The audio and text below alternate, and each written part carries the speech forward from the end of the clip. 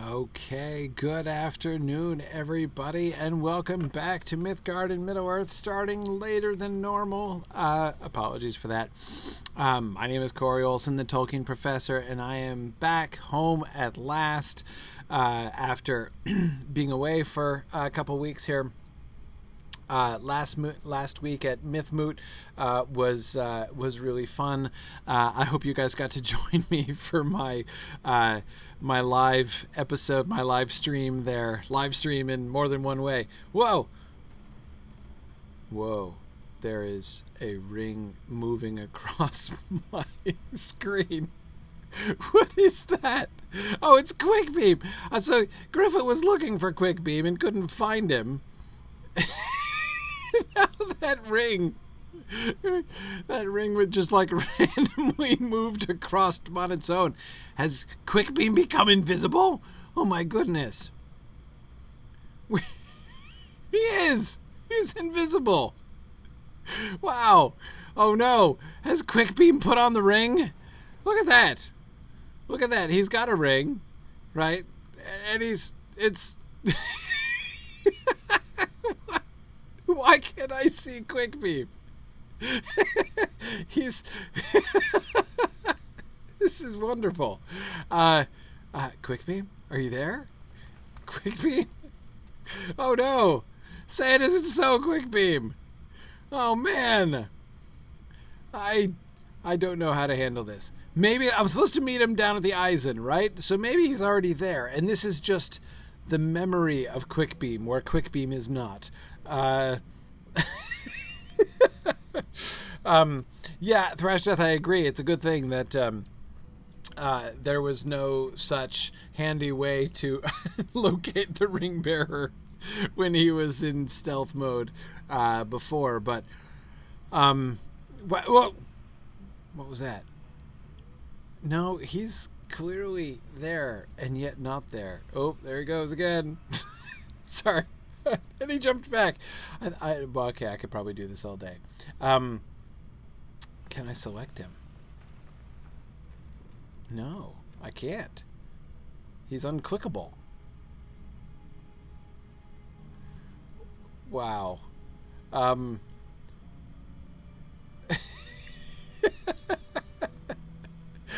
That's and he's like waggling his ring icon at me too. Oh, there it goes. It's drifting away. This is mesmerizing. Let's just spend an hour watching the ring icon floating randomly around. I don't know. Okay, I'm getting really creeped out by. So this is like, what would happen if Quickbeam claimed the ring? Oh man, no way. Whew. All right. So as to do something other than that. Oh, hang on. What a good view. Is that... Oh, hang on. Oh, sorry. Lost my camera angle here. All right. Cool. That's a nifty view of Isengard. Sorry, I haven't looked at Isengard from this vantage point before. Huh. That's really interesting. Can I get further over without falling? Yeah. Okay. Wow.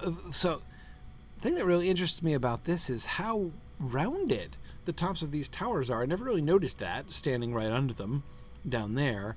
How bell-like they are. Which is and you can see that on the other side there too.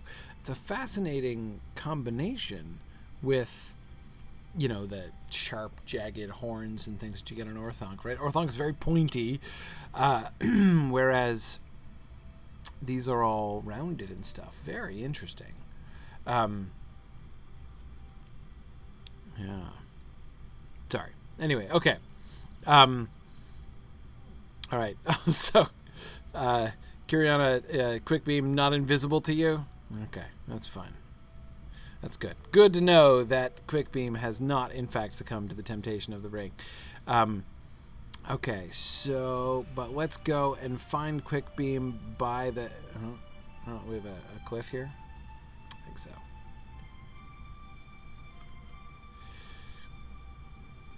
Alright, let's find Quickbeam by the Eisen, as he suggests. Okay. All right. Here we go. So we're creeping. Buy more woodcutters now in warriors. All right. Okay. Phew. All right. So anyway, what was I just talking? Oh yeah, claiming the ring. A little pitch. So on Wednesday night before I left for Mythmoot, I did the final class on the War of the Rings. So we mostly finished up with the history of the Lord of the Rings. There's a little bit like how Book 6 came about, a little minor detail. In the beginning of the next book that we'll be doing, the next Tolkien book we'll be doing, which is Sauron Defeated. But anyway, so we finished the War of the Ring, and in the last section of the War of the Ring was the centerpiece of that was the last debate. And in the first draft of the last debate, there's this really cool, much longer draft of the last debate of the captains that Tolkien wrote, and he trimmed it down for the final text. But there's some awesome material there, and in particular, one of the most amazing parts of it was Gandalf describing exactly what the process would be, like what exactly would happen to somebody who claimed the ring, right? To like what would happen to Gandalf or Aragorn or somebody like that, or Galadriel if they claimed the ring. So of course, having that already in my head, I'm now sort of thinking about like, so what would happen to like Treebeard if he claimed the ring? Presumably it wouldn't look like that just looked up there. So, hey, Quickbeam, phew, it's good to find you visible. Stand now and rest a while. Okay, wait, do I see a grate? Oh, there's a grate? I didn't see the grate. Are you going to take me to... Oh, let's go to the grate. You're taking me to the grate? Okay. All right. Okay, so we've got there's a wheel. Okay. We're walking slowly. You know, it's interesting because Ents actually move very fast. Oh, this is the grate. I thought that was just a wheel. I see. I wasn't looking at it from... Oh, are you gonna tell me you're gonna rip that open? Yeah. Take it off. Let's see. Rip it. Oh, there we go. Yeah. Bam. Are you just gonna smash it? That's even cooler. Okay. All right. This should lead into Isengard. Yeah, you are so right. I love this. So we're taking Saruman's sophisticated drainage system. Oh, this is lovely. This is lovely, right?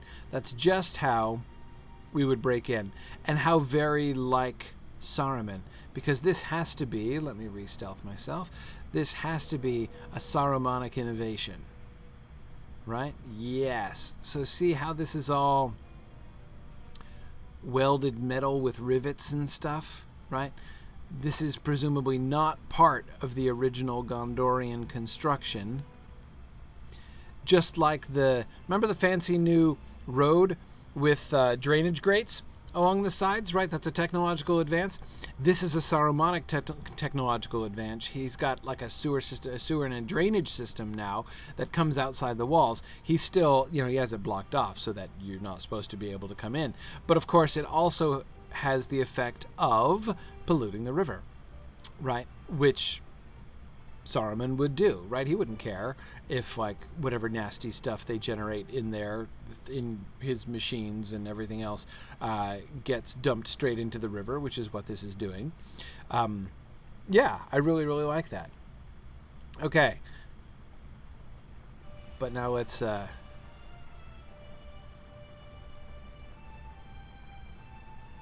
Sorry, I'm looking at the grading, which I didn't get much of a chance to look at, or didn't take the time to look at before Treebeard wrecked it. Or not Treebeard, sorry, Quickbeam.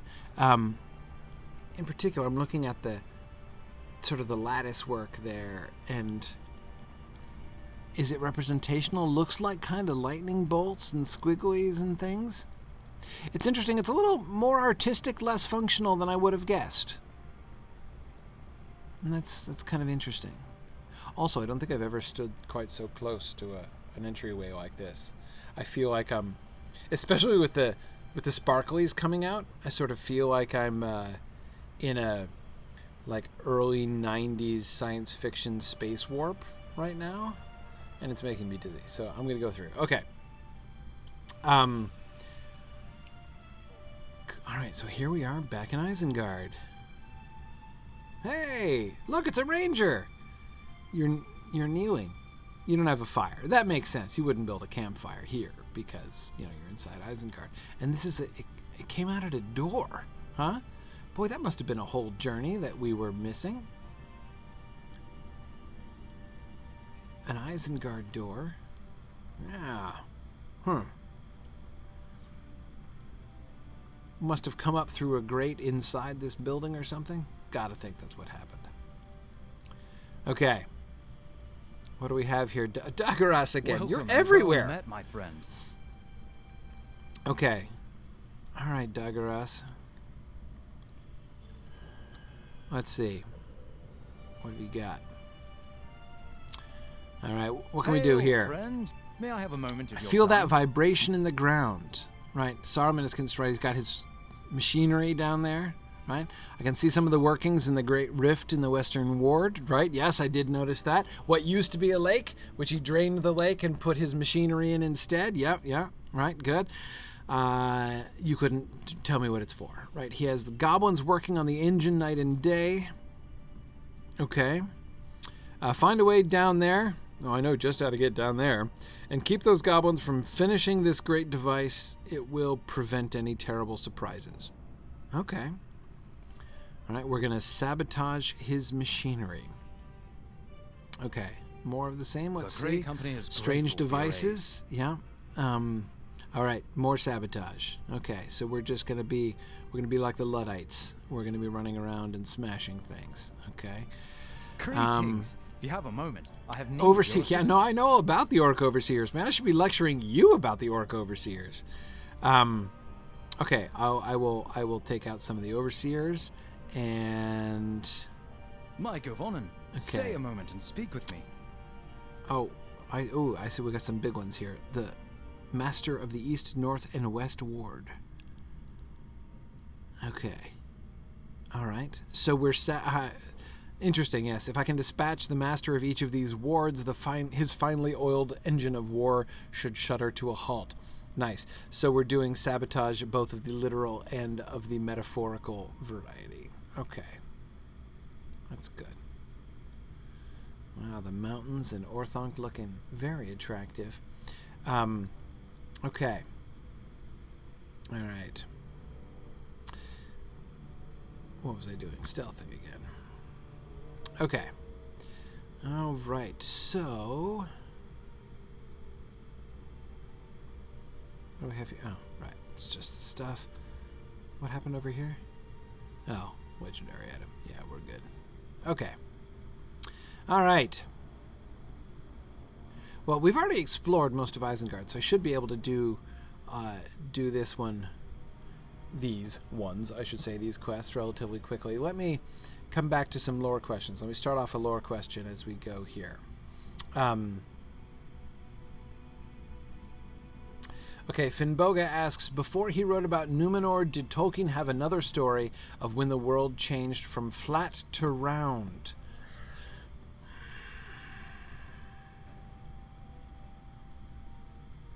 I don't remember it. I don't recall, unless it was I don't think it was involved in any of his other stories. Wait, where am I going? What am I looking for? The Overseers? Right, okay. I don't think so. So, no, that was a rather peculiar development, really.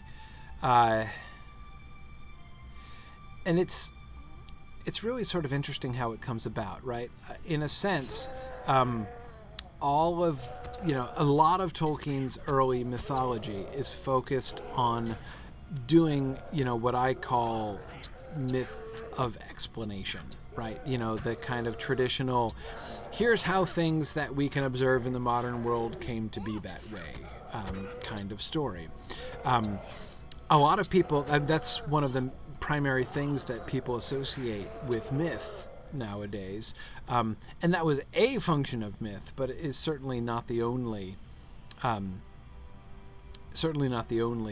usage of mythology, and certainly not the only way that Tolkien talked about myth. But it was much more dominant in Tolkien's mythology in the early days. Thank you, Kiriana. Appreciate the healing. That's very helpful. Oh wait, there's another overseer down here, right? How many do I need? I need 4 overseers. Yeah, I might as well go to the other ones down here. There's another platform over there. Anyway, yeah, so he did a lot more myth of explanation from some really sort of general things, such as oh no, that was the same overseer. Okay, but there's one over here.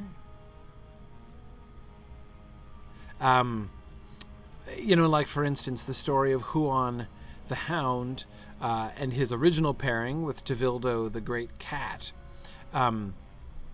was originally, sort of contextualized as an explanation of why dogs and cats don't get along, right? So there was a lot of, explanation attached to that. And we even had, how did Ireland come to be? That is how did that bit of, the rest of the British Isles kind of get separated, right? When it kind of looks like it could fit in. Answer, because it was like a tug of war between Ulmo and Osse, right? And that's how Ireland ends up getting detached. Interesting that the mythological explanation of how Ireland gets separated off from the rest of the UK is in tug of war over possession, right? And that's kind of relevant, it would seem. But anyhow, okay, let's head over this way and go up. All right. Anyway, so again, larger point. This kind of myth of explanation is something that Tolkien does. That Tolkien does a lot, but he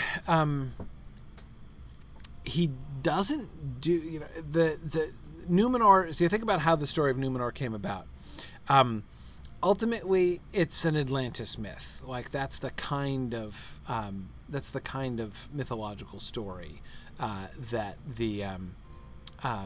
that's sort of the specific inspiration of the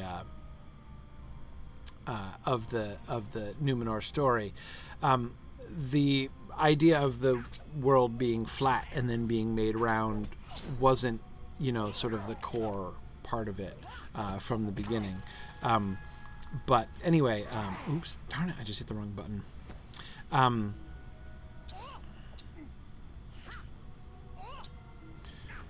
Okay. Ooh, okay. Anyhow, so as I say, that wasn't really the kind of the core of the story. But going back to the myth of explanation, there are 2 ways in which the ending of the ages, like the ending of the first age and the ending of the second age, become sort of connected to our world and kind of how they develop in Tolkien's mythology. So, backing up a little bit, in the first age, right? Ultimately, the kind of orientation of Tolkien's original Elvish mythology is to explain the situation of the modern world. Why does the modern world remember elves, right? Why do we have all these stories about elves? Why are there some particular places that are more closely associated with, elves and fairies than others? Why, so why is there still magic and wonder left in the world, but yet we don't meet elves anymore, right? Why is it relegated to the past of our stories? And so part of what we get is a mythological explanation. What are those light green rings? The evil workings, okay. Part of the mythical explanation that he gave is how we came to this pass. And so that's where the whole story of the diminishing of the elves came from. Why is it that the elves are diminishing and passing into the west? What's the deal with the dominion of men? You know, why is that a thing? That was one of the oldest elements of the entire mythology. There's the mechanism. Is to explain that, because that's the situation right now. The world is dominated by men, but it hasn't totally forgotten the elves, and it still retains some of these traditions. So, building up, something which would kind of explain that. That was Tolkien's original part. So, like, Galadriel saying that she must diminish and pass into the west in the Lord of the Rings is kind of like a memory of that original myth, right, that he was originally telling. So at the end of his first writings, like the Book of Lost Tales and stuff like that, we got to that point. You know, mythologically, we get to the dominion of men and the diminishing of the elves, literally, physically diminishing, them becoming small, originally. Numenor was not part of the original story. Numenor is later, right? Numenor is essentially a sequel to the other material. So we already have the diminishing of the elves and the dominion of men. So he wants to sort of show something else, basically, right, about the changing of the ages. And this, in a sense, it's a similar thing. Right, in that we have, the passing of an age before, and, which we can never return to, and all that kind of thing. But I'm going to just wait for this troll to pass by. Let him make up his mind where he's going to go before I attack any... There we go. You keep moving.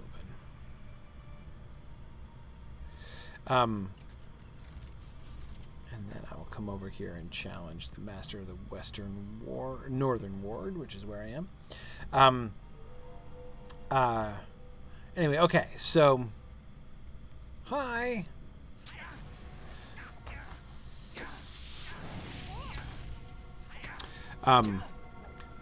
Okay, so...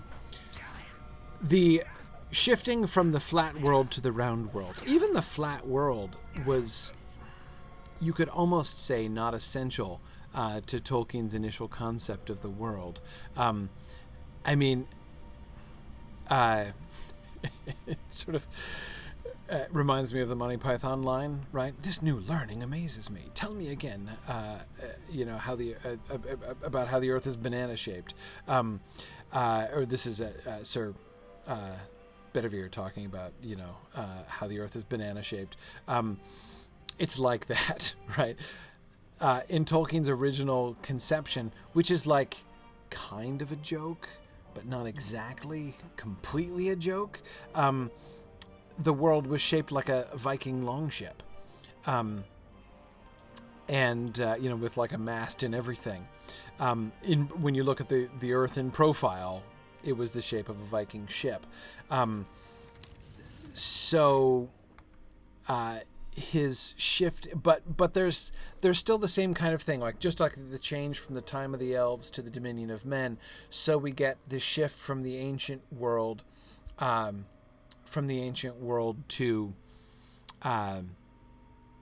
the modern world, and his, the globing of the world, right? The shift from flat world to round world, and the more scientific world is another version, a further step in exactly that same process that he described before. The fading of the firstborn and the arising of the dominion of men, because we still have that business with the lost road, right? We still have the matter of this is a diagonal, not a wrong radius here.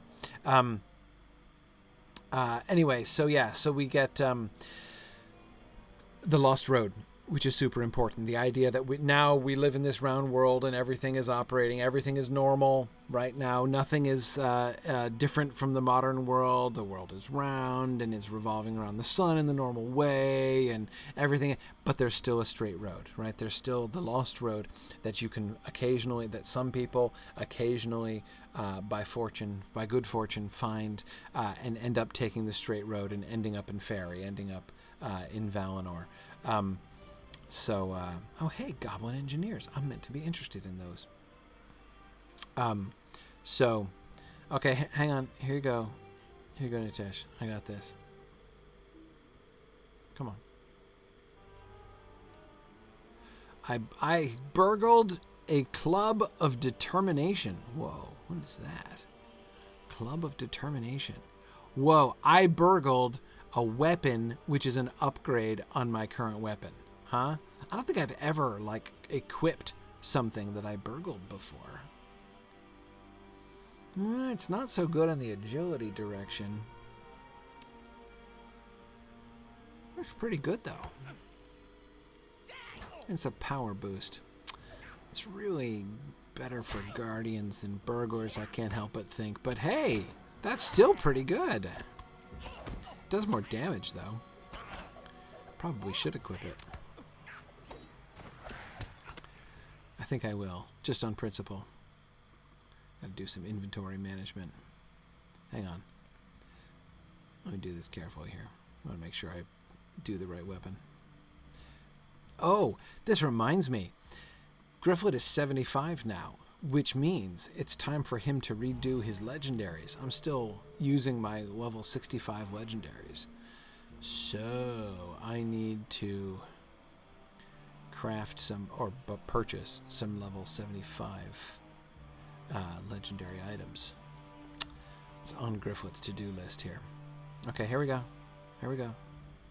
And... oh! Failed to burgle, and then got... what did I get? Stunned? Intimidated? I'm terrified at my inability to burgle from this guy. Okay, there we go. Okay. Yeah. So anyway, so that's the bigger picture that I'm trying to... oops, I just hit the wrong button again. The bigger picture that I'm trying to paint here is how the making of the world round fits into the overall mythic schema of Tolkien's works. And you can see him doing a very similar thing to what he did in the at the end of the first age and with the diminishing of the firstborn. And of course, in the end, that becomes really the big thing. The end of the first age ceases to be quite... I mean, it's still an important moment, right? But it's not like the elves are permanently changed at that point, necessarily. Okay, oh, darn it, not going to kill him twice? He regens, instantly. That is crazy.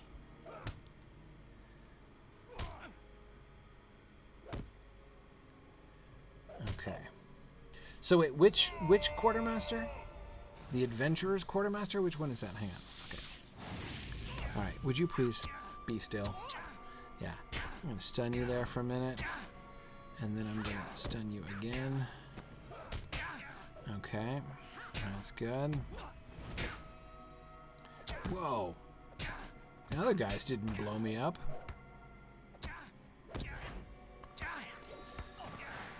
Okay. Whew. All right. Now get out of here before he comes back again. All right. Okay, wait. So talk to Lug Dagnir in Galtrev. Okay. Okay. Okay. All right. All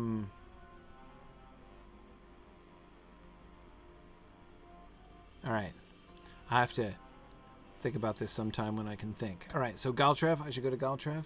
It's the... Is he in the skirmish camp? So should I go to the skirmish camp in Galtrev to get better gear? Is that what you're suggesting? And can I get legendaries?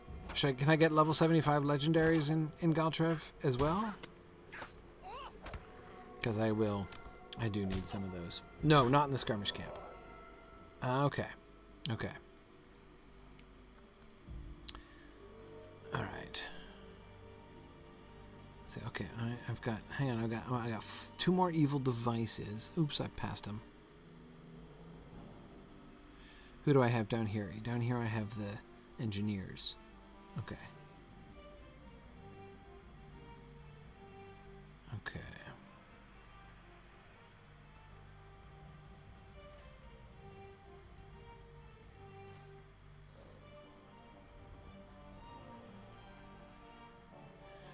All right, let me go engineer hunting. He's with the rep vendors. Okay. Do I need rep? Oh, wait a second. Don't I go down onto the... Oh. How did Saruman drain this thing? And he must have dug, too, because this lake...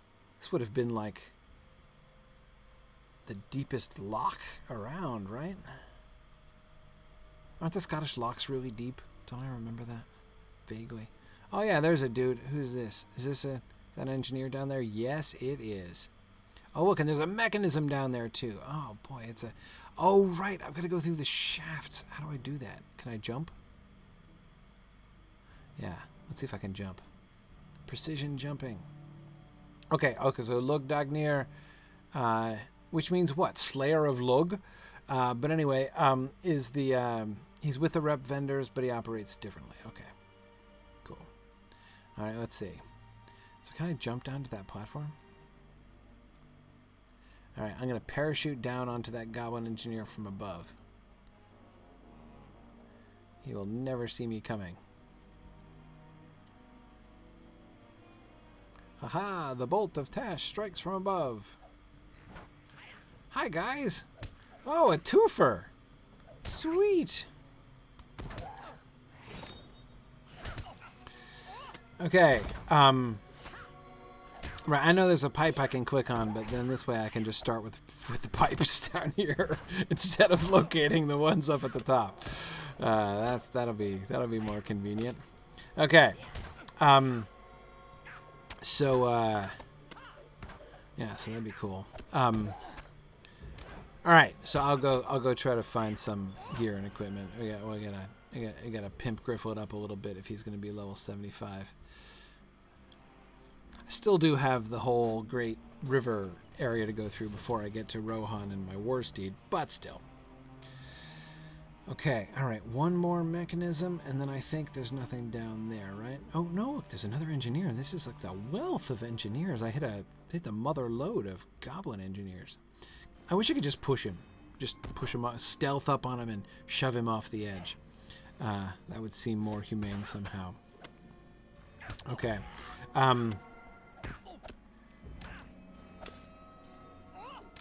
See, I'd be a little surprised if Lug Dagnir actually meant dragon or worm slayer. I mean, that would be a pretty grandiose title, but maybe. Oh, look, another entrance. Let's see where this goes. Somewhere with an engineer, which is my... No, goodness, I still need 5 more of these things. Okay. Cool.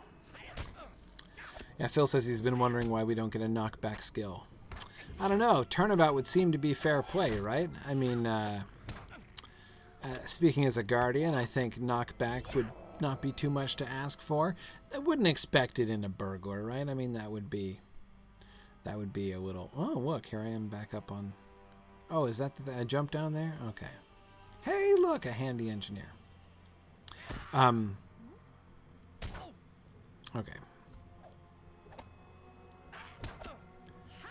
Oh, it's Drygok stuff. Okay, all right, so Lug Dagnir would make some sense then. Not that he's slain Drygok, presumably, but... Okay, cool. Cool. All right. Okay, so I'm down to 7 of those. Let me see. What was I just going to say? I was just going to see... Oh, yes. I was just going to see another lore question. Okay.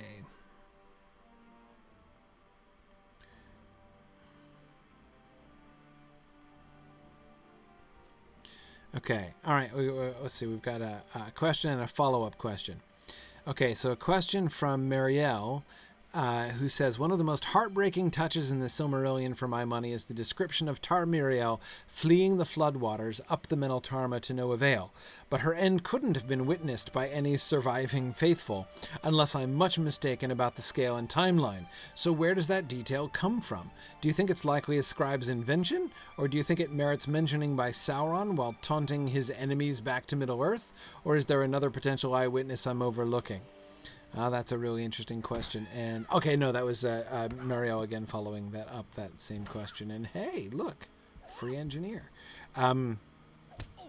Okay, Tar-Miriel's fate. How do we know about it? So again, just to remind those of you who don't remember, Tar-Miriel is the sort of is the last queen of Numenor. I'm getting really loud goblin in my ear. She's the last queen of Numenor. Remember, she's the one who is like meant to be the ruling queen, but Ar-Pharazôn marries her by force and seizes the throne. And I can't get in there. There we go. Marries her by force and seizes the throne. And that image, so as she is in heart one of the faithful, but she, which is, you know, another thing that kind of renders more tragic her, you know, the usurpation, and, you know, marriage by force, by Ar-Pharazôn. Another twofer. That last image that we get of her, we're told that as Numenor is falling into the sea, Tar-Miriel, at the last minute, but over late, climbs up to the Meneltarma, or attempts to climb up to the Meneltarma, whether it's to escape the floodwater or to appeal to Iluvatar, because remember the Meneltarma is the highest peak in the middle of the island of Numenor, but it's also the sacred spot. It's one of the only... The Meneltarma is the closest thing to a church that we get anywhere in Tolkien. It's explicitly a sacred space, designed to be it's a location meant for the worship of Iluvatar, which, as I say, is something we really don't get anywhere else.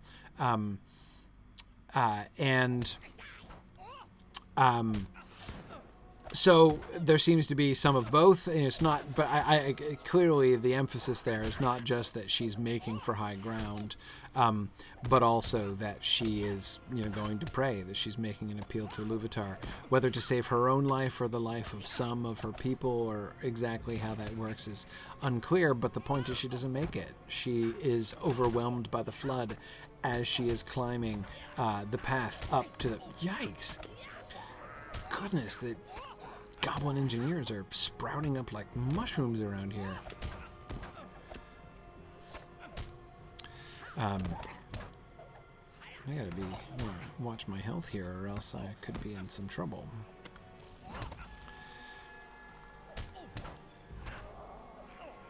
Okay. Alright, there we go. Now let's finish you off before you can kill me. Whew. Discreetly destroy the mechanism. And then... Oh yeah, I'm done with almost everybody. It's got the East Ward left. Fantastic. Okay, now which one got me back up to the ground? Whoops. Or that's a method, too. Yeah. Hey, there's a bottom! I kind of wanted to do that anyway, actually. Not going to lie. To see how far down it went. Oh, but I'm way far away now. Oh, man. Okay. Yikes. I guess it would make sense that there's no red circle. Holy cow, am I far away. Woof. Okay. Anyway, back to a lore question. Back to a lore question while I work my way all the way back over. Should I kite or should I stealth? I think I'll stealth and lore question. But anyway, okay, all right. So Marielle doesn't like the idea that it's scribal invention, right? So the question is, but the specific question about Tar-Miriel was, how could anyone know, right? She was alone, and in any case, there were no survivors, right? The only possible eyewitness, I agree, would be Sauron, but he wasn't looking. I can't imagine that he saw Tar-Miriel and reported it back. I mean, again, you can imagine that he might have taunted somebody with them at that, with that at that point. But even that, I'm not a big fan of. That is, it just doesn't seem to me probable that he would have been paying a lick of attention. He was too busy gloating and then panicking, I think, because he did not expect the island to be overwhelmed and the entire shape of the world to be changed. So he was caught by surprise, and I don't think he would have had time to be noticing Tar-Miriel in the distance trying to climb up the Middle Tarma. I kind of do think that the death of Tar-Miriel almost has to be scribal invention. So whoever is writing out that story, the story of the Akalabeth, invents that. I know. So, Marielle, you say you don't like the idea that it's scribal invention. Is it that you don't like it because, if you admit that it's scribal invention, then you would have to say that, like, it's not, didn't really happen, or that it, it calls into question whether or not it really happened? Okay, there we go. So I'm just going to swim upriver. This way I can unstealth. Swim a little bit faster. Until I get to the pipe. Anyway, so what was I saying? Muriel. To me, it doesn't undermine. I don't know. Did it really happen, and did it really happen in that way? The way I will say it is, if I knew for a fact that it definitely didn't happen that way. Oh, darn it.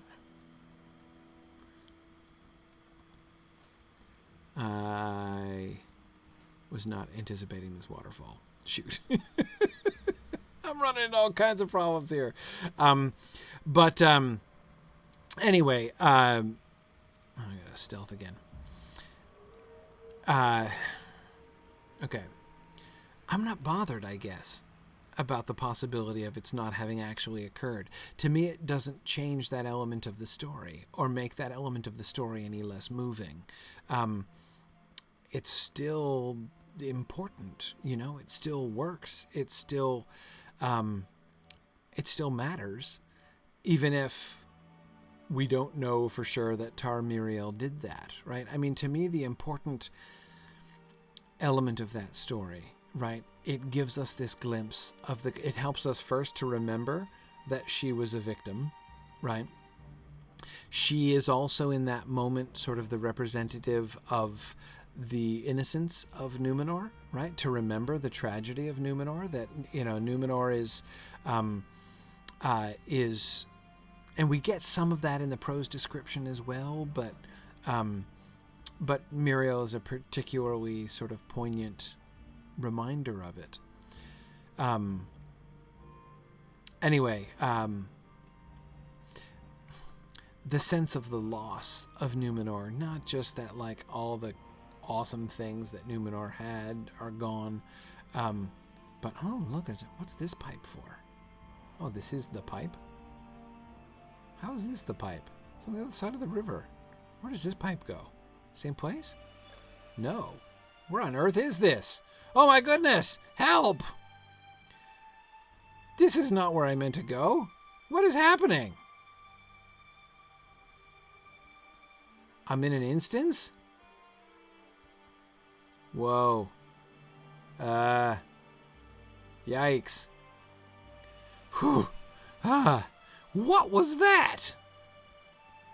How did I never know that existed? I never happened across this pipe, and that's the instance entry area. I literally did not know that was there. I'm just like, hey, look, a pipe. That's an entrance. Whoa. I could have taken them all. Yeah. Okay. We'll come back to that. Obviously, there's some exploring I need to do there. Now, where's my pipe? Where's my pipe? No, that's not what I mean. Around the corner? Wow. Having to work my way all the way back to Isengard just to kill that one overseer and then talk to Daggeras was a little bit frustrating, but that... How can I get over there, man? Alright, I think I'm crossing the river again.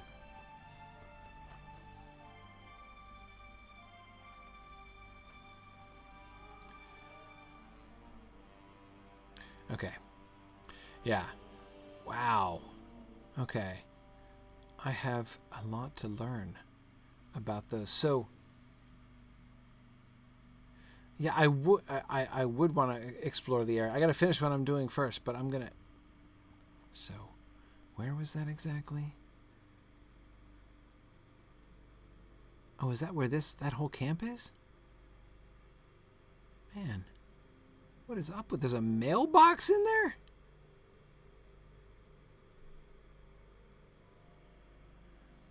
Weird. Huh. Far out. Where is, Oh, come on. You can't tell me that it's not going to let me up. Okay, it's going to let me up down there. Where is Quickbeam's stupid sewer pipe?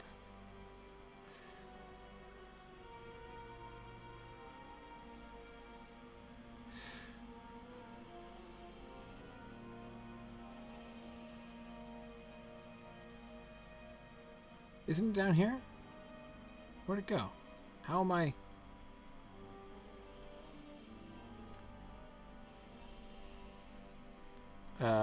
Why am I lost?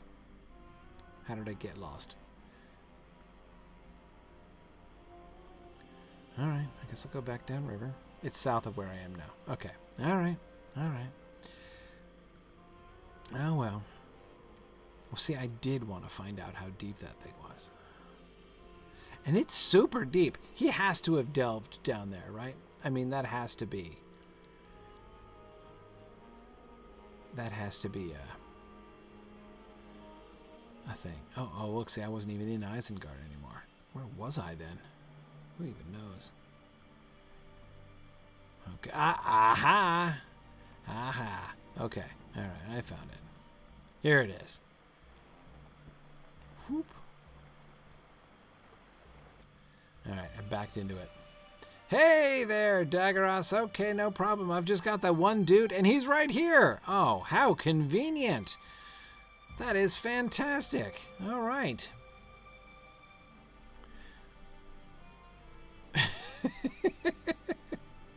Maybe Quickbeam will consider me no further nuisance, Mario. Okay. All right. So I've got the one last Ward Master. Is he over here? Let's see. I hate how, like, these chains are twice my height and I can't walk under them. That's really annoying. There he is.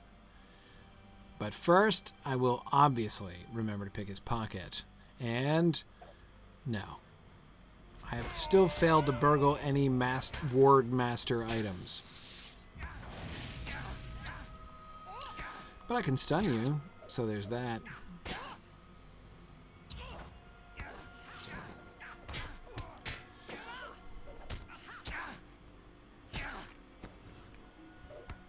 Oh man, you stunned me first. That's not fair. And set me on fire. Come on.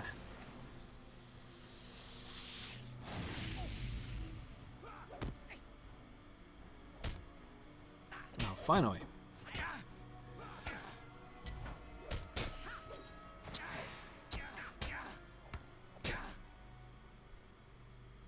Whew. Get out of here before he comes back. Oops.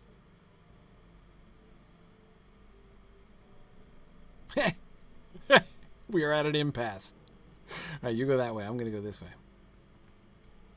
Oh, I can't stealth myself because I'm technically in combat. Okay. All right. No problem. Okay. So that camp I found accidentally was in the pits of Isengard. Is that where all those instances that you have to, where you need, you know, like all the raid instances and stuff are? The ones I didn't do when I was soloing? Also, is there a reason this guy's not dying? Is he being healed? Is he healing himself? Because that's annoying. Okay, laborer. Am I being attacked by somebody else too?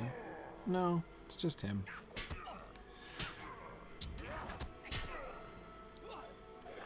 Oy, man. Okay.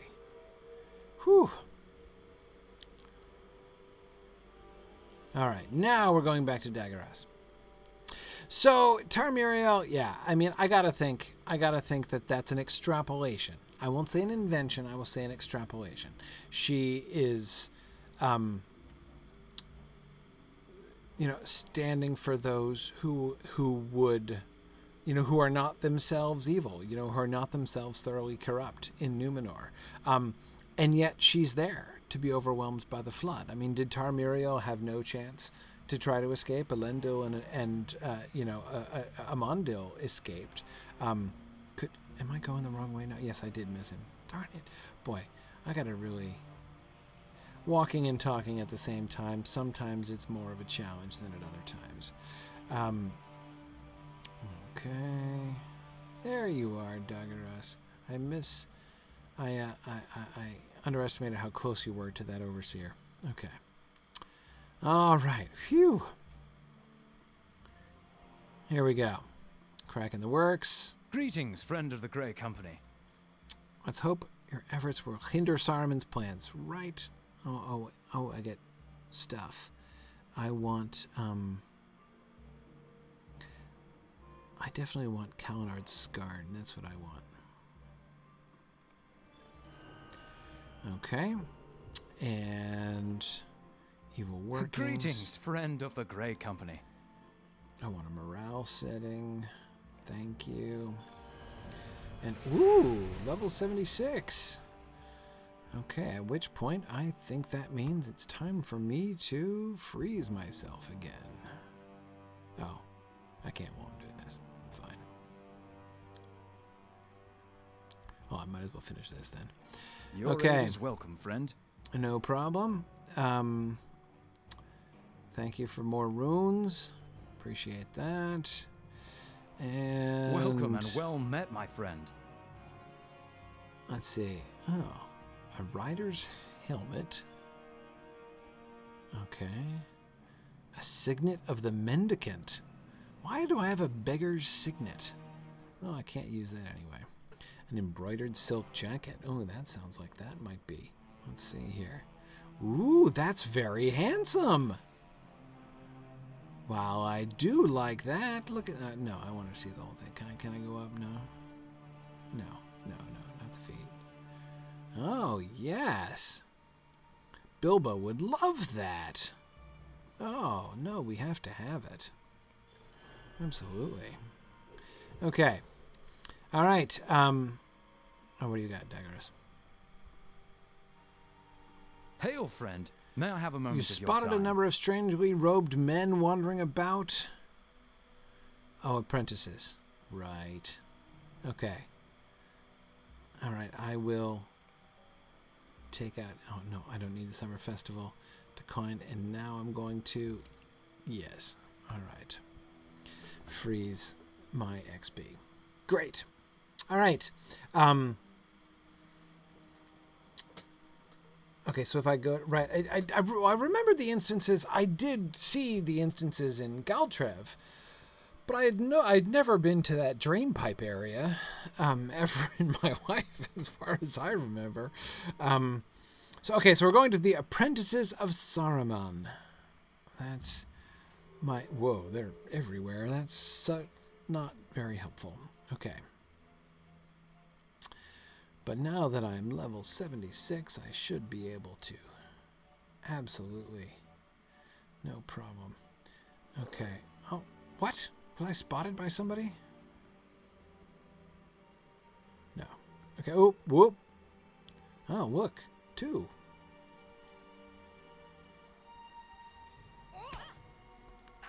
Okay.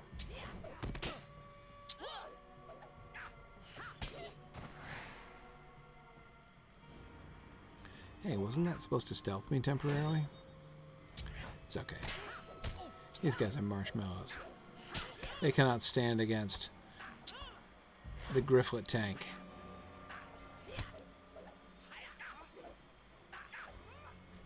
Okay. Yeah, I should burgle them, Phil. I should. I'm just trying to dispose of them. Okay. Let's see. What else? What else? Let me see.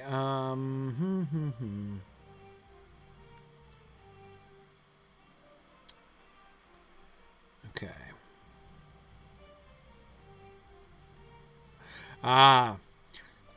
JFD Kamara asks, am I a fan of Iranian Gil-Galad as the son of Fingon or the son of Orodreth? Okay. Right. So for those of you who don't know, Gil-Galad's genealogy is a work in progress. I have to admit, I am heavily biased in favor of Son of Fingon, only because that's the published Silmarillion version. And so that, of course, was what, I read the Silmarillion many years before I read the History of Middle-earth. And so that was the only version I knew for a really long time. So, it's still the one. Okay, all right, hang on. Burgling. Oh, he got away. Oh, and now he goes over there. Come on, over here. Back away. Come on, over here. I don't want to fight them too. Yeah, so, I'm kind of predisposed in favor of the Son of Fingon thing. It's interesting. One of the interesting things about it is, of course, the question of how do you become High King, right? The idea of the succession of the kingship among the Noldor, the High Kingship among the Noldor. Because, of course, there's some evidence that it, that it really needs to be, or that it's presumed to be, sort of patrilinear in some sense, right? I'm thinking here, of course, primarily of Feanor, who is the eldest, and it's, the act of, that Maedhros has to make a statement, right? He has to enact deferring to Fingolfin as High King. And there seems to be the presumption that, of course, with the death of Finwë, Feanor, his eldest son, was High King. And now that Feanor is dead, Maedhros has this obvious claim, which he has to forswear before, people will uniformly accept Fingolfin as the High King of the Noldor. But of course, obviously, one of the major issues in general, the reason why this question of the succession is really an issue at all is, they're immortal, right? It's one of those immortality of the elves questions, because immortals don't, in doubtful times when there is much war and battle in the land, you've got to be prepared for what might happen, because, slain they may be and slain they shall be. But nevertheless, it's not the same as among humans, right? It's not just a matter of you always have to have an heir and a spare, right? That it's like a central part of the duty of a king to produce an heir and a spare. Not that you should tell Éomer or Theodred or Boromir that, who are all very, very irresponsible ages, unmarried, much less child, forget childless. But anyway, so am I going the right way? Yes, I am. I wandered further afield than I thought I did. But anyway, obviously with elves, there isn't the same pressure, right? Because nobody's dying of old age. So under normal circumstances, the High King of the Noldor remains the High King of the Noldor pretty much indefinitely. But it is, so you do, but again, we do have that element of presuming that the eldest son and then the eldest son does inherit under normal circumstances. And of course, in the published Silmarillion, that's exactly what we see, with only two exceptions, right? The first being the handing off of the kingship from Maedhros to Fingolfin, right? Or rather, I should say, Maedhros deferring the kingship to Fingolfin instead of taking it for himself. But then, of course, the passing of the kingship from Fingon to Turgon after Fingon is killed. There, it seems like there's some sort of practicality to it, right? As Turgon is the central last remaining figure, right? I mean, Gondolin is the great stronghold and hope of the Noldor after the Nirnaeth Arnoediad. So it sure makes sense that Turgon would be viewed by others as High King, though, like, by whom, right? I mean, he never goes anywhere, right? He never has contact with the outside world.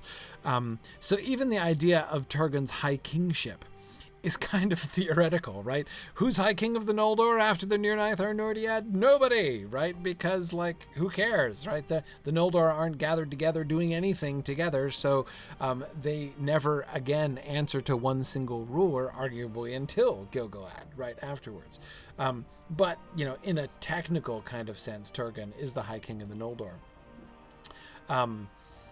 But of course, then it doesn't go down to Elendil exactly, except it kind of does, right? Because Tuor and Elendil become the sort of leaders of the refugees down there in the Bay of Balar. So, I mean, really, in the published Silmarillion, with the death of Fingon, the High Kingship of the Noldor really kind of, it ceases to mean any, nearly as much as it does later on. Again, Turgon's kingship is theoretical. Is Tuor king after him? King of the Noldor, right? Is Eärendil king of the Noldor? Again, no one's really even asking this question anymore. We're refugees. We're on the run.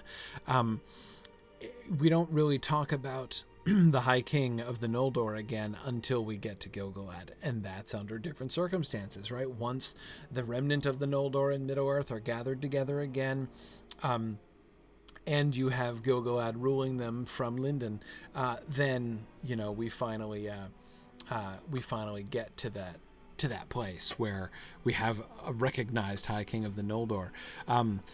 So honestly, the whole Turgon, Eärendil question and everything, right? It's not even a question of who's High King. It's a question of the High Kingship kind of dissolving for all intents and purposes.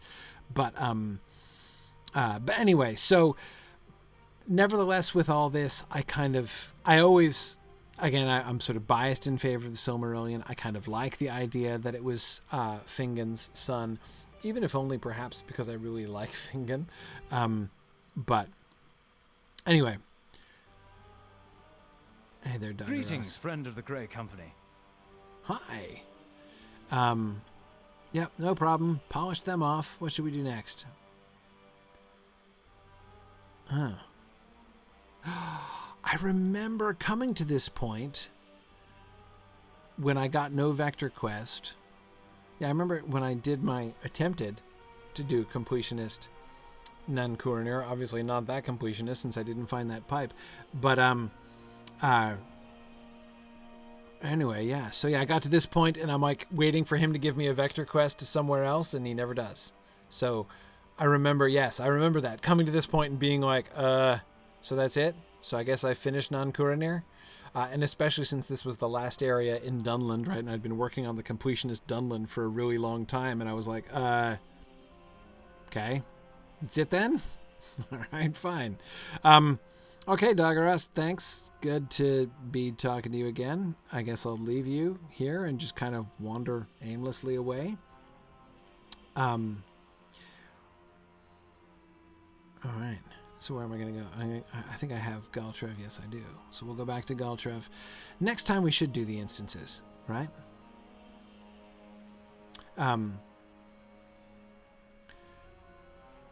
Yeah. I think we should do the instances next time. Because I've never done them. I want to see them.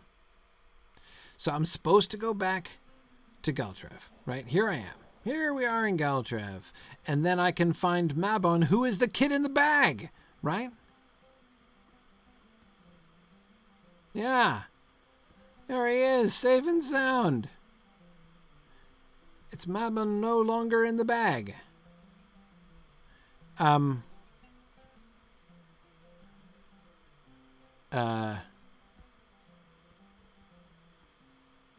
Did you hurt your knee in the bag? Some of the prisoners you helped to escape from Orthanc survived? Your father might be among them? The Boar clan resistance says that one of the prisoners has taken refuge among a party of my people, the Ox clan, outside of Isengard in Nan-Kuranir. Oh, that's where I'm supposed to go. Okay. Yeah. Woo! Okay. Hey! And there he is! Look at that! That's fantastic! What have we to say to each other, Devotia? I've returned your son to you. He was foolish to strike out on his own. And we're just going to drop the story of him being hauled off in a bag then. Right? We're just pretending that didn't happen? Because I'm okay with that. Okay. Oh, right. Andros is... We rescued Andros. I'm really glad to hear that. Oh, good. They live happily ever after, and no one is in a bag anymore. Excellent. Okay. Now what do you have here? Let's see. If you have something to say, speak it. I have no love for the Forgoil whom you give aid. But for now our purposes are closely entwined. Isengard is emptied. May the orcs and horse lords destroy each other, leaving its defenses weakened. There's still a wizard within, but there may be something we can do to disrupt Saruman's plans. Hey, I'm game. I have noted 3 places that might be easily and secretly accessed, where we can sow the most strife. The Ring of Isengard, the Eaves of Fangorn, and the Pits of Isengard. All sound good. The orcs and trolls in service to Isengard have begun clear-cutting the Eaves of Fangorn. Right. It's an ancient forest and one my people fear, but I received a dream from the Uch-Gwirad telling me to save the wood. Yeah. Excellent. For there is life there that is older than most that walk the earth. I will not forsake the Ox Spirit's command and bid you disrupt Saruman's lumber camp. Can do. Okay, as well, I have learned that Saruman's forces captured a strange white troll. Really? In Fangorn. And are holding it. If I could free the troll and goad it into a rampage, it might wreak great destruction. Okay. Okay, and then Saruman has laboratories, right, where he experiments on his hapless prisoners. Ooh. And twists them into terrible monsters. Yeah. Oh, yeah. Oh, the wretched abominations. I want to compare them to the other abominations. Yeah, sure. Particularly the great troll Ironnom. You and a couple of friends should be able to stir up trouble in these places. They are not nearly as guarded as Orthanc. Okay, so we've got a 3-man instance, a 3-man instance. They're all 3-man instances. Okay. Right. Okay, no, this is where that is. This isn't the same place, right? I'm not in the sewers. That's why I knew this place existed. I'd gotten to here before, but I never got to that sewer place. Okay. If you have something to say, speak Your it. Cringed wish to offer me the sigil of Orthanc, imbued with ancient power. Okay. You may use the forge over there to deconstruct this sigil, which may grant you a sigil fragment that merchants may take in trade for a powerful necklace. Wait, what? Take the sigil and deconstruct it. What's the sigil? It's a hand. It's a sigil of Orthanc. Okay. All right.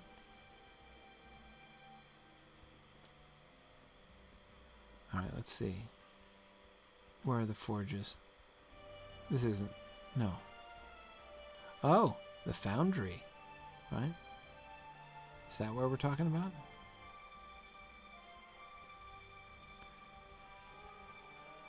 Okay. Oh, uh-oh. We're stuck. Okay. Whoop. Oh, yeah, sorry. It's up there. Ooh. Hey, look. Oh, this is where... See, I just never went down here. Okay, so this is where I was. Right? I came in through here. Aha. Fangorn's Edge.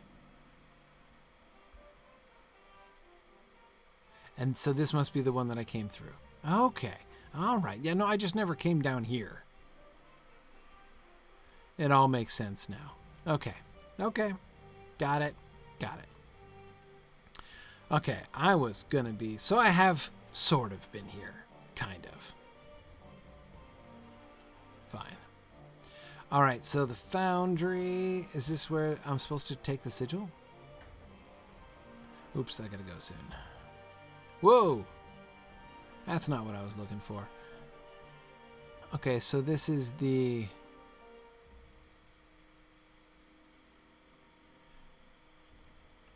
Alright, here's Fangor's Edge, Pits of Isengard, the Foundry, and the Tower of Orthanc. So the Foundry is a separate instance. And is that... I'm so... Okay. Alright. Alright. No, it's behind me? Oh, the big round thing? No, that is it? The thing I went up to first? Oh, right, because it stopped being red. Okay, alright. I'm smithing. Here we are. We're working. We're hard at work. I'm going to beat the hammer once, maybe twice. Nah, no need. Okay, so what just happened there? Did I get something? Do I have something in my inventory? No. No, what happened there?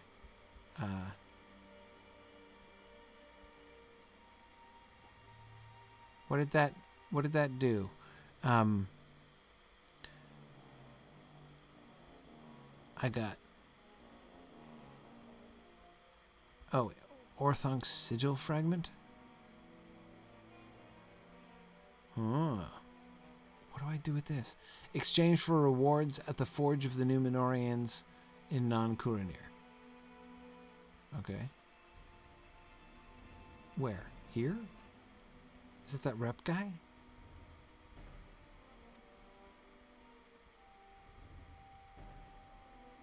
I don't understand. It's a barter item, right? Where's the vendor? This dude? Oh, sigil vendor. Look at him. Okay. What do you expect of me? What do you have so I to can trade? get medallions. What else can I get? That's it? It's on the lame side. Oh, but I can collect them. Right. I see. I have to get scads of them, which I probably get doing the instance quests or something. Okay. Fine. Fine. All right. So I've got 4 instances that I can do. How about the foundry? What is the foundry? Is that a 3-man too? I can get a cool horse. That's cool.